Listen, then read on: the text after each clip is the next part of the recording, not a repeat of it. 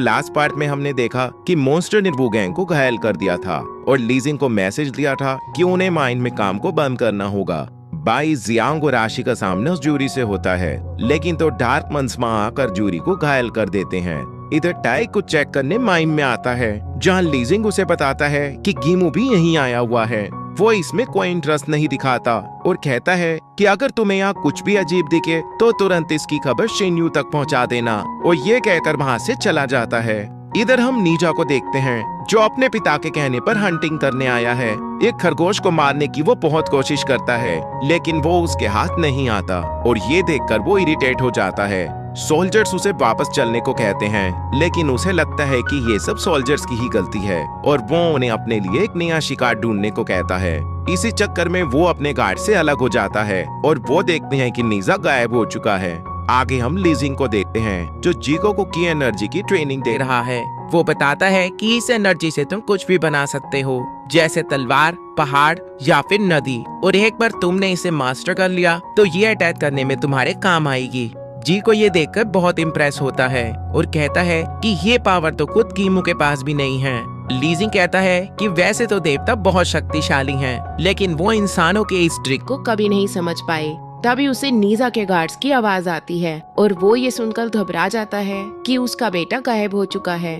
इधर माइंड में वो गैंग की आँख खुलती है और खुद को ठीक करने के लिए वो फुई की दी हुई रेड पिल्स खा लेता है। तभी वहाँ सीनियर कैप्टन आता है और उसे बताता है कि शायद मॉन्स्टर ने नीजा को किडनैप कर लिया है। वो गैंग उसे ढूंढने में मदद करना चाहता है, लेकिन कैप्टन कहता है कि तुम्हारी इंजरी बहुत सीरियस है और फिलहाल तुम्हें रेस्ट करना चाहिए। आगे हम नीजा को देखते हैं, जो एक पेड़ से लटका हुआ है और तभी अचानक से वो मॉन्स्टर उसके सामने आ जाता है। वो नीजा के मुंह से रुमाल हटाता है और पता चलता है कि ये कोई और नहीं बल्कि वू गैंग ही है। नीजा भी ये देखकर हैरान रह जाता है और तब वू गैंग कहता है कि आज तक तुमने बहुत अत्याचार किया है और अब मैं तुम्हें उसकी सजा देने वाला हूँ। नीजा उसे अपने पिता का डर दिखाता है और कहता है कि तुम्हें मुझे अभी छोड़ देना चाहिए, लेकिन वू गैंग पर इसका कोई असर नहीं होता। वो बताता है कि कैसे उसने लीजिंग को बेवकूफ बनाकर हजारों गुलामों को यहाँ से आजाद करा दिया और फिर भी कोई उसका कुछ नहीं बिगाड़ पाया। वो नीजा को बहुत मारता है और उसे याद दिलाता है कि कैसे वो गुलामों को पूरी तरह ट्रीट करता था और राजमो उससे इन सब का हिसाब लेगा। फिर वो एक चाकू निकालता है और कहता है कि आज मैं तुम्हारा सिर काटकर तुम्हारे पिता को भेजने वाला हूँ। नीजा ये देखकर डर जाता है और उससे अपने बर्ताव के लिए माफी मांगता है और कहता है कि हमारी लाइफ भी गुलामों के जैसी ही है। वो बताता है कि मेरे पिता की एनर्जी के एक्सपर्ट हुआ करते थे, लेकिन उनकी इस शक्ति से देवता नाराज हो गए और उन्होंने मेरे पिता को हमेशा के लिए माइन के काम पर लगा दिया, जिससे वो कभी बाहर नहीं निकल सकते। नीजा उससे रिक्वेस्ट करता है कि मेरे सिवा मेरे पिता का कोई नहीं है और अगर मैं मर गया तो वो बहुत अकेले हो जाएंगे। ये सुनकर वो गैंग उसे माफ करने को तैयार हो जाता है, लेकिन कहता है कि तुम्हें मुझे की एनर्जी के बारे में सब कुछ बताना होगा। तब नीजा बताता है कि की एनर्जी से इंसान देवताओं तक को हरा सकता है, लेकिन इसे सीखने के लिए माइंड विजन का होना बहुत जरूरी है और इससे तुम वो देख सकते हो जो नॉर्मल इंसान नहीं देख सकते। अचानक वो गैंग को अपने अंकल जियो की याद आती है, जो की एनर्जी का ही यूज किया करते थे, लेकिन वो अभी फिलहाल देवताओं की कैद में हैं। फिर वू गैंग वहाँ से जाने लगता है और कहता है कि 1-2 दिन तुम्हें यहीं बिताने होंगे और फिर मैं आकर तुम्हें आजाद कर दूंगा। छुपता हुआ वो वापस माइन में आता है और सोचता है कि इससे लीजिन को भी एक अच्छा सबक मिल जाएगा। वो जल्दी से और गुलामों को निकाल कर वहाँ से भगाने की सोचता है, लेकिन तभी उसके सामने जी को आ जाता है। वो पूछता है कि घायल होने के बावजूद तुम यहाँ क्या कर रहे हो, और वो गैंग कहता है कि मेरी इंजरीज अब हील हो चुकी हैं और मैं यहाँ मास्टर नीजा को ढूंढने आया था। वो जीको से उसकी मदद करने को कहता है, लेकिन जीको कहता है कि ये काम मुझ जैसे प्रिंस का है और तुम्हें वापस जाकर थोड़ा आराम करना चाहिए। फिर कुछ सोचकर वो गैंग को एक दूसरा काम सौंपता है और उसे तो ऐसे बच्चों को लाने को कहता है जिनकी उम्र 10 साल से कम हो। इधर हम जूरी को देखते हैं, जो डार्क मंस के अटैक से बहुत तकलीफ में है और बेहोश होकर नीचे शेंग राज्य में जा गिरता है। यहीं हम बाई जियांग और आशी को देखते हैं, जिन्हें लगता है कि सामने जरूर कुछ गड़बड़ है और कुछ सोचकर वो उसे चेक करने जाते हैं। वहाँ उन्हें घायल पड़ा जूरी दिखाई देता है और जियांग और आशी के रोकने के बावजूद बाई उसकी मदद करने जाती है। जियांग को लगता है कि यह अच्छा मौका है और उन्हें जूरी को मार देना चाहिए, लेकिन बाई इससे एग्री नहीं होती और कहती है कि उन्हें इसकी मदद करनी चाहिए। इधर माइन में वो गैंग न्यू और हु नाम के 2 लड़कों से मिलता है और उन्हें अपने साथ चलने को कहता है। उनके पूछने पर वो बताता है कि प्रिंस तुमसे मिलना चाहते हैं और ये सुनकर वो दोनों एक्साइटेड हो जाते हैं। तब वो गैंग बताता है कि प्रिंस भी हमारी तरह एक इंसान ही है और तुम्हें उसे ज्यादा भाव नहीं देना चाहिए। जल्दी ही वो लोग जीको तक पहुंच जाते हैं और वो उन्हें अपने साथ एक बड़े से रूम में ले आता है। वहाँ वो एक टब से गीमू को बाहर आते हुए देखते हैं जिसका पूरा शरीर ब्लड से नहाया हुआ है और ये देखकर वो बच्चे डर जाते हैं। जीको वूगैंग को वहाँ से जाने को बोलता है, लेकिन वूगैंग पूछता है कि बच्चों को वापस आने में कितना टाइम लगेगा क्योंकि उसे भी इनसे कुछ काम करवाना है। जीको उसे वो काम किसी और को देने को कहता है और तभी वूगैंग को नीजा की बताई एक बात याद आती है। उसने बताया था कि गीमू को किसी एंशिएंट बीस्ट ने घायल कर दिया था जिससे उसके शरीर में बहुत जलन होती है और जीको छोटे बच्चों की मदद से उसे ट्रीट कर रहा था। वूगैंग समझ जाता है कि गीमू बच्चों को खाने वाला है और ये सोचकर उसे बहुत गुस्सा आता है। जी को एक बार फिर उसे जाने को बोलता है और कहता है कि इसके लिए तुम्हें बहुत अच्छा इनाम मिलेगा। वूगैंग वहाँ से वापस जाने लगता है जिस पर वो बच्चे डर जाते हैं और पूछते हैं कि आप हमें वापस लेने कब आओगे।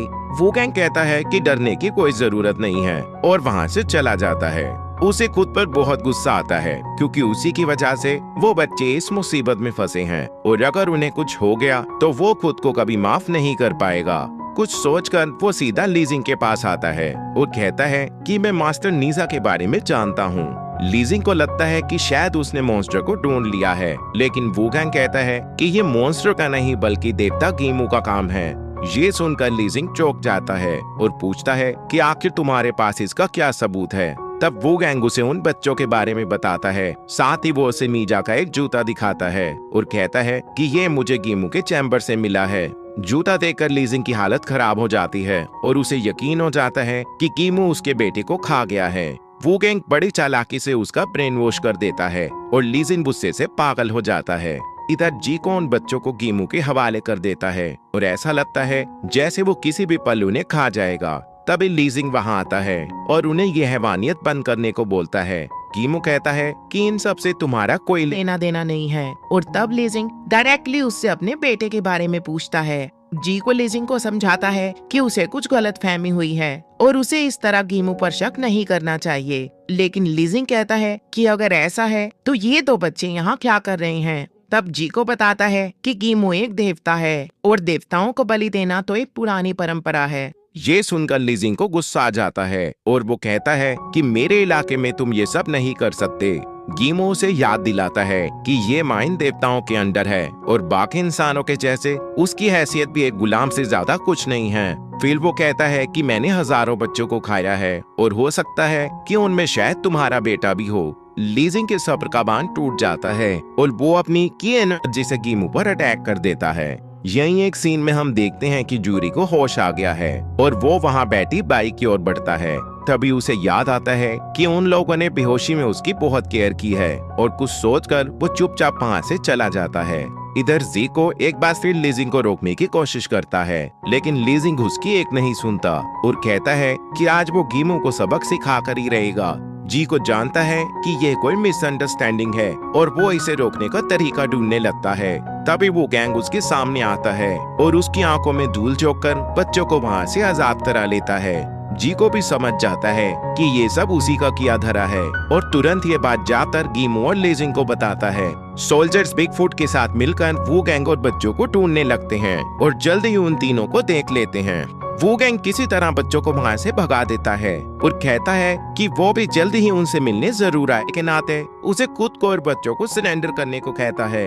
वो गैंग उसे समझाता है कि इससे उन बच्चों की जान खतरे में आ जाएगी क्योंकि गीमू उन्हें मारकर खाना चाहता है।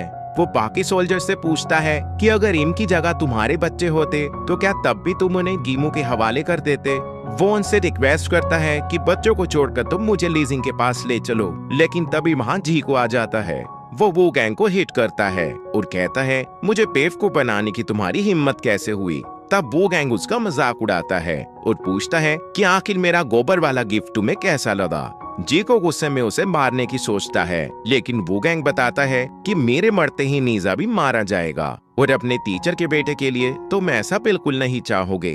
तभी लीजिंग वहाँ आकर उसे अपने बेटे के बारे में पूछता है और वो गैंग उसे बताता है कि फिलहाल वो सही सलामत है और अगर तुम मुझे जाने दो तो वो भी जिंदा यहाँ पहुँच जाएगा। गीमो इस बात से बिल्कुल एग्री नहीं करता और कहता है कि अगर तुम्हें छोड़ दिया तो देवताओं की इज्जत मिट्टी में मिल जाएगी। वो गैंग लीजिंग को फिर से समझाता है कि ये कोई देवता नहीं बल्कि एक मॉन्स्टर है और इसके लिए इंसानी लाइफ का कोई महत्व नहीं है। ये सुनकर गीमो गुस्से में उसे पकड़ लेता है और लीजिंग को लगता है कि इससे मीजा की जान भी खतरे में आ जाएगी। तब गीमो कहता है कि आज मैं इसे मौत से भी बदतर सजा देने वाला हूँ और इसी के साथ हमारा यह एपिसोड भी खत्म हो